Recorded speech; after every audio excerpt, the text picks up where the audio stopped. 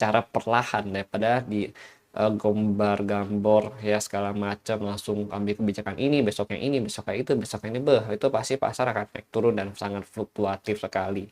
Tapi dengan sikapnya si ketua The Fed ya, yaitu memilih untuk wait and see, terus nanti dia ambil lagi kebijakan ini, wait and see lagi, ambil lagi. Nah, itu pasar tuh akan lebih cenderung stabil karena dominan sih ya, kayaknya kayak lebih steady gitu, sehingga gejolak yang terjadi dalam pasar itu akan lebih bisa diredam gitu teman-teman. Jadi ya bagus juga gitu, walaupun memang langkah yang diambil tuh agak telat dikit, tapi dampak ke pasar itu cukup bagus gitu.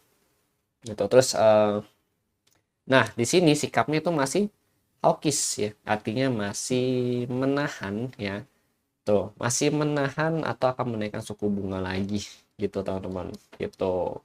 Jadi untuk the Fed dia masih hawkish, makanya ini jadi salah satu penyebab dolar bisa naik ya, dan gold masih turun karena the Fed hawkish.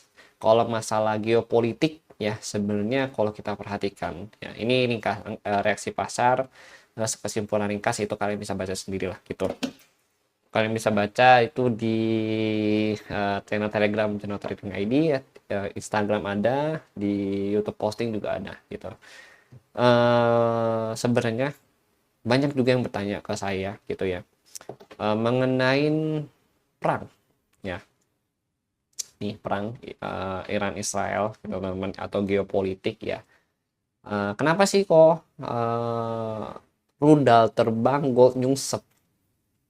Jadi sebenarnya ya, kalau kita perhatikan ini, mungkin saya jelasin secara yang saya lihat ya, maksudnya dengan menggunakan bahasa saya ya gitu.